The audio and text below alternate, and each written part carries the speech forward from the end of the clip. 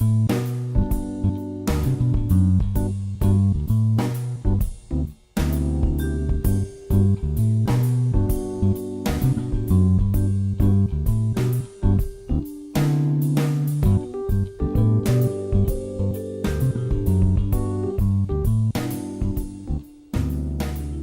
there.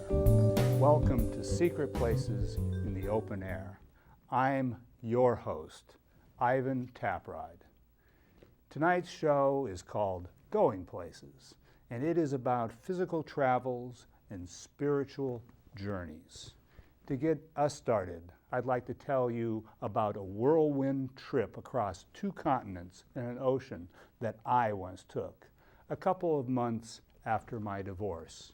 Shortly after the company I worked for downsized, and I lost my job as a salesman. I was at a coffee shop, standing at the coffee bar, leaning on the glass counter over baked goods and other a la carte items. As the barista made a foamy cappuccino for the customer ahead of me, I looked at the woman who had just come up to the counter beside me. She smiled invitingly. I looked away, then looked back. "Would you buy me a cookie?" she asked. She was good looking. She glowed with a prettiness that was made all the more pretty by the way I looked at her.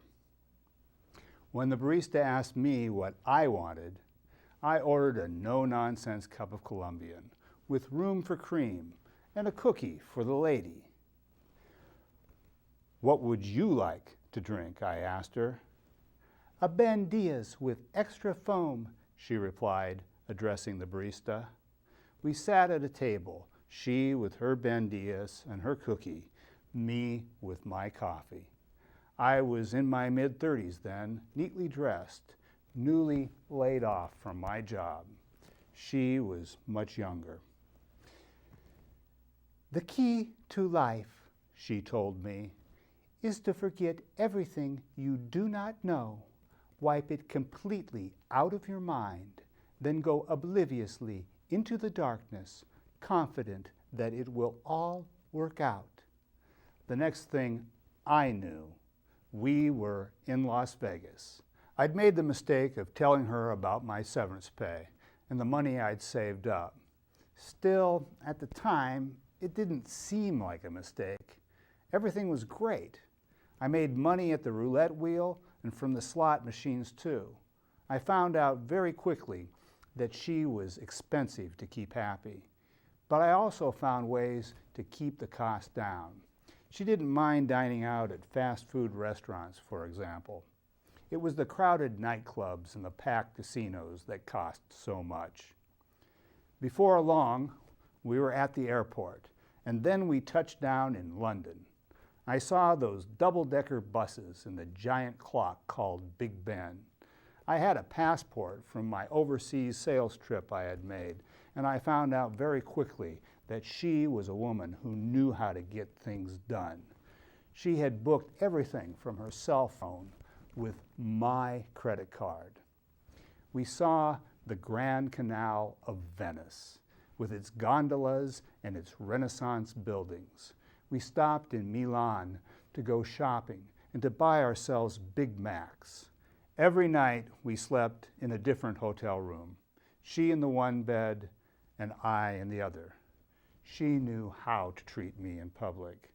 She knew how to wrap her arm around mine, how to lean in against me, how to brush her face up against mine and to whisper into my ear.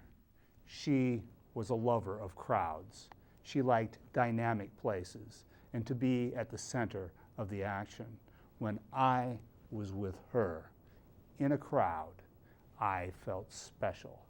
I felt like I sometimes do on stage, as though all eyes were watching, like I was at the center of it all.